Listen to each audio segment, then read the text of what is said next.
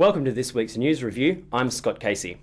The Welsh Government has lost a long-running battle with welfare campaigners over a trial cull of badgers which was hoped would eradicate bovine TB. Judges presiding over the case at the High Court in London cited problems with the wording of legislation as the key reason for their decision.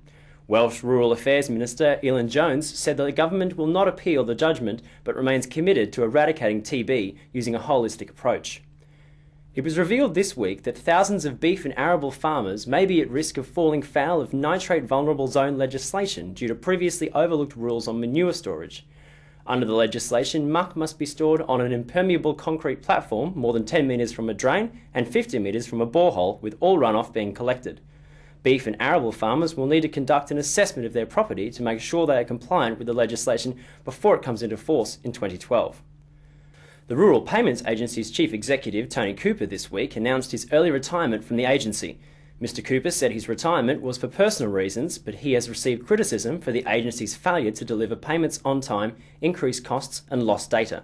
The departure comes on the eve of the publication of a report by DEFRA into how the RPA handled the single payment scheme. Increases in the price of housing in the countryside is forcing young people out of rural areas, making it difficult to encourage workers to move into villages.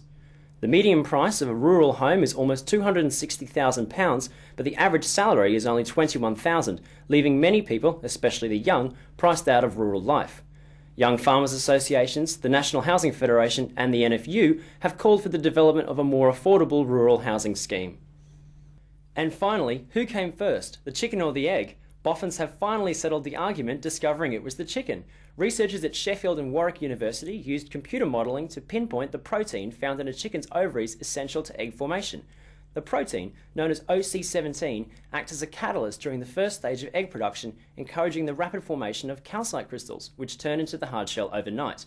Why the chicken crossed the road still remains a mystery. Well, that's it for this week, but you can keep up with the news, views, pictures and video on our website fwi.co.uk. Thanks for watching.